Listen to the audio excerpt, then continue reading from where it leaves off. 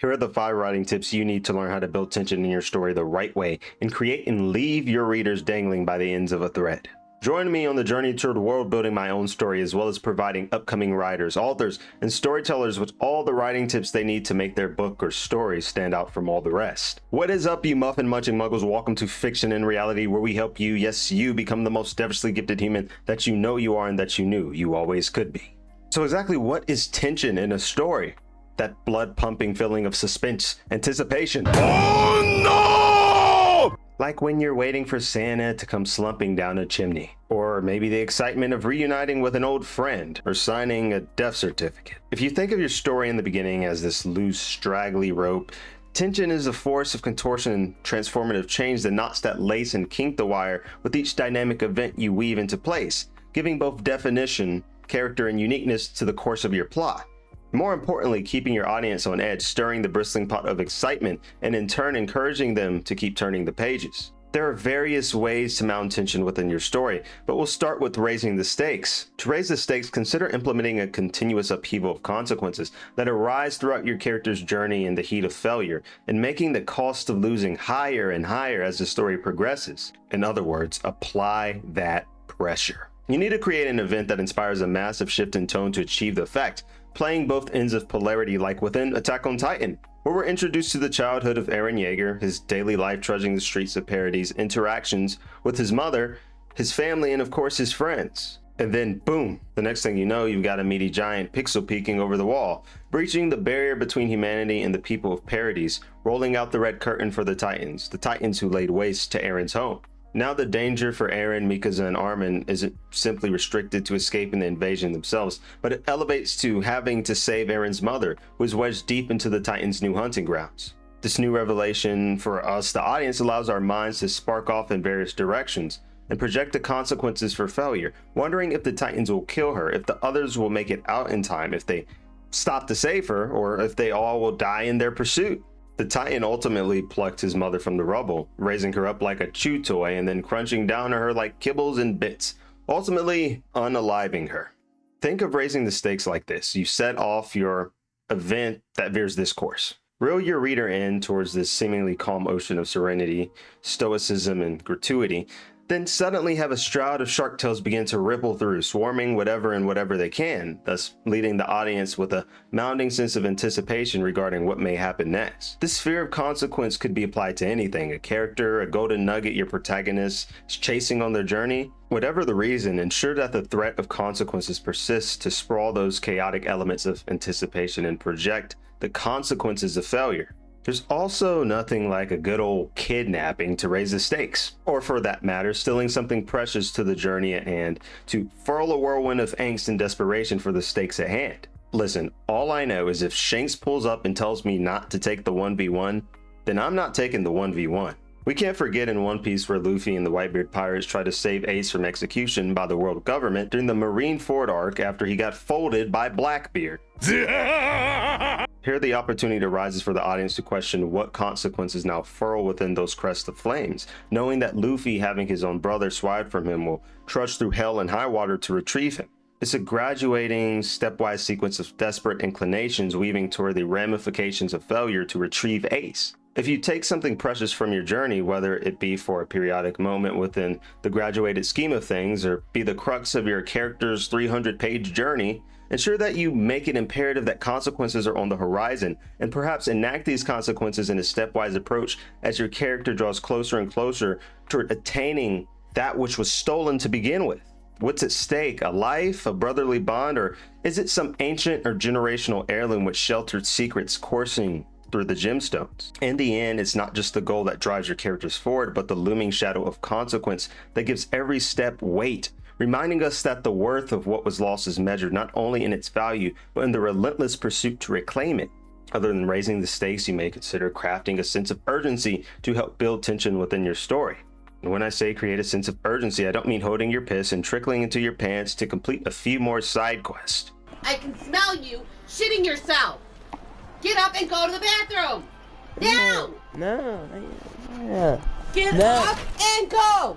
I mean running for your life. Put your characters on a ticking time bomb. such as in Demon Slayer. There's nothing like watching Tanjiro in his fight with Gyutaru in the Entertainment District arc rush to defeat the demon before his poison takes full root throughout his body and claims his life. And I mean, that poison had my boy shuffling. Once again, by implementing a time modifier, you play on what tension always boils down to, which is the continuous upheaval of consequences, the potential for them to arise when said character succumbs to the obstacles ahead, which in Tanjiro and Tengen's case would be Gyutaru's poison sickles. Will Tanjiro succumb to the poison even after defeating him?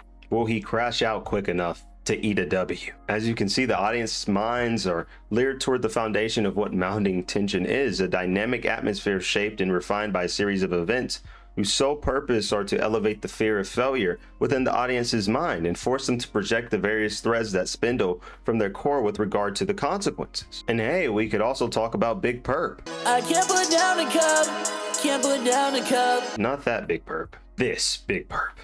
During the climax of Avengers Endgame, the audience is shunted into a battle between Thanos' forces and the Avengers for the Infinity Stone Gauntlet. A bloody race to keep the gauntlet from falling into the hands of Thanos, and reliving yet another snap, where this time he swore to reset the entire universe back to factory settings. Unless you like the video. If you're enjoying this video right now, go ahead and leave a like to show some love. The risk of the gauntlet shifting possession during the skirmish makes the audience wonder whose hands it will fall into. The tension building with each shift in possession and each rippling tide, the time was ticking. Each second, the angst mounting, watching the heroes pry and claw to retrieve the gauntlet before the purple-headed mongrel. The fear of failure becomes palpable, gripping the audience as they grasp at tendrils of hope, praying that their heroes will prevail. In that fleeting moment, tension transcends the screen, threading itself into the fabric of the viewer's own fears and aspirations. The stakes feel impossibly high, not just for the characters fighting for their lives, but for everyone watching, invested in the outcome. This visceral connection between audience and story is what defines truly impactful storytelling. A relentless buildup of tension that leaves the soul clinging to the edge of its seat, desperate for resolution. Aside from creating a ticking time bomb, consider revealing secrets that you had since left your audience in the dark about, but in a gradual, subtle, and progressive manner. Now, what do I mean by revealing secrets gradually? Well, let your readers know something important before the character finds out.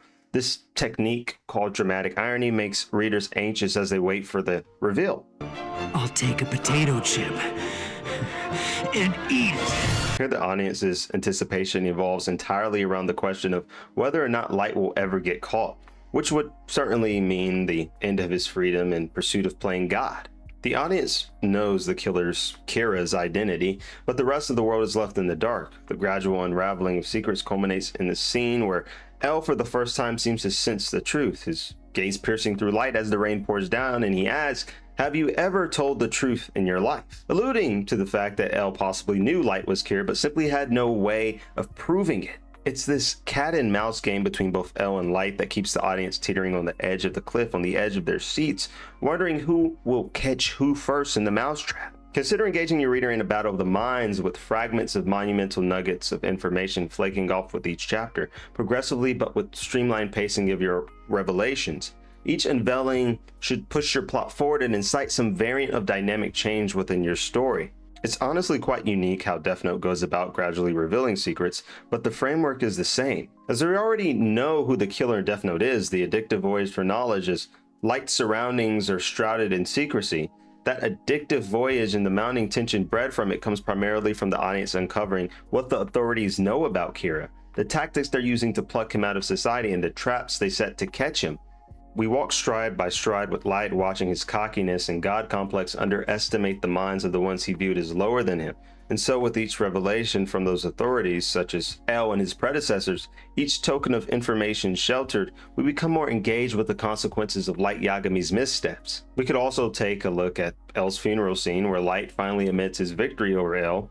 After El's death, Light looks down with a somber expression, but as soon as no one is watching, he smirks, revealing his Machiavellian nature and unveiling his goal to usher in the creation of a new world. The anticipation is welded on the premise of what atrocity Light Yagami will commit next under his identity of Kira. It's an interesting method as it gradually allows your audience the leeway to uncover what the characters surrounding your protagonists know about them in a covert manner, such as Naomi Misora, the wife of Ray Penber, the FBI agent that Light killed who was investigating him. She later revealed that she was using a false name to prevent Kira from targeting her.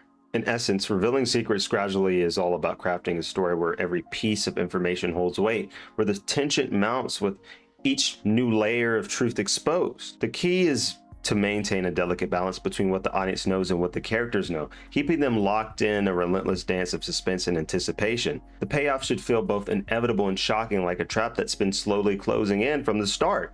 When done right, your readers will find themselves obsessing over every detail, holding their breath as they await the next revelation, because once the truth finally comes to light, it's not just the characters who are changed, but the audience itself. Aside from gradually revealing secrets, consider introducing a powerful antagonist. And here we go. One that holds all the cards. Here's my card. And all the scars to prove they're shifty players in the game of power. Make the villain or antagonist unpredictable and formidable. The greater the threat, the more intense the tension.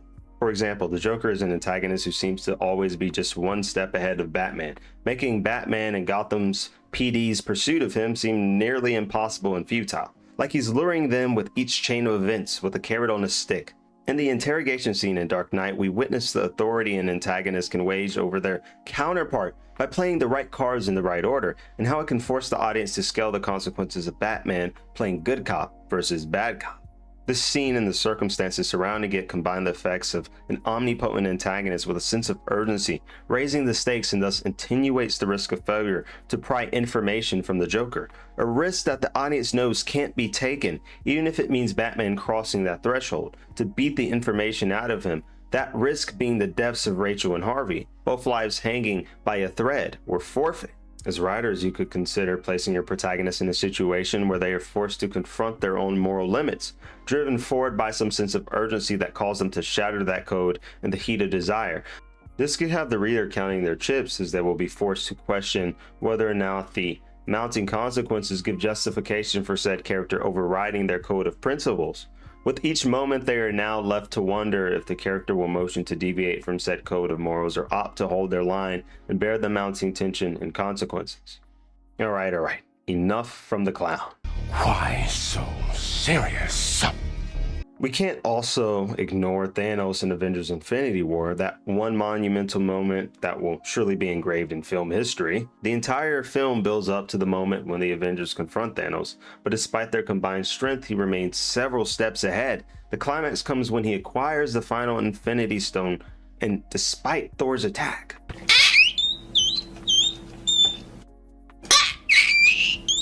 he snaps his fingers and wipes out half of life. The audience is left stunned as the hero's best efforts weren't enough to stop him, making his victory feel both tragic and terrifying. In the end, powerful and unpredictable antagonists like the Joker and Thanos are essential tools for building tension in a story. They elevate the stakes by creating an atmosphere where victory feels impossible, pushing protagonists to their breaking points and challenging their core beliefs. The audience is left on edge, questioning whether the heroes can overcome such formidable forces or whether they will crumble under the pressure. This constant uncertainty not only keeps viewers engaged, but also ensures that every confrontation feels charged with intensity and consequence, making the antagonist's presence a driving force behind the story's tension. It's time to get those tears rolling. The reader's thirst for the unknown and uncertainty is what keeps the strings pulled taut throughout your story. An emotional conflict between duty, desire, courage, and loyalty are all internal tensions that undeniably will harmonize with them and make their clairvoyance that much more unclear. So how do we use emotion to mount tension? You set your heart ablaze, my boy. If we look towards the Demon Slayer and Mugen Train arc, we see how Rengoku's battle against Akaza is not just a physical clash, but an internal struggle between his unwavering duty as a Hashira and his desire to live, pursue his dreams, and protect his comrades. The tension is palpable as Rengoku pushes his body to its limits, refusing to back down despite knowing that his own life is at stake. The audience feels torn too, rooting for Rengoku's victory while dreading the inevitable cost of his resolve. Honestly, anime Michael Jackson sending number 3 out to catch a body is crazy work. What's even more crushing is the emotional weight of witnessing Rengoku's sacrifice, which magnifies the tension tenfold because it's not just about defeating a powerful enemy, but about the courage to uphold one's principles even in the face of death and protect the sprightly buds of the future. As writers, we must consider preying on our own characters' emotional bonds and links to one another, and in doing so, building tension is no exception. There's a reason that the cost of consequence compounds when exploring the chain link bonds, and thus a reason why tension becomes ever more refined. The cost of losing is that the bond is shattered, whether by death, broken trust, or some other sympathizing element of the human condition. It's why we see Tanjiro and the others breaking down upon witnessing Rengoku's last words, engaging the sacrifice that he was willing to make for demon slayers that he barely even got to know. So bring your character's emotional bonds into the center of the scope, pull the hammer back and let it rain.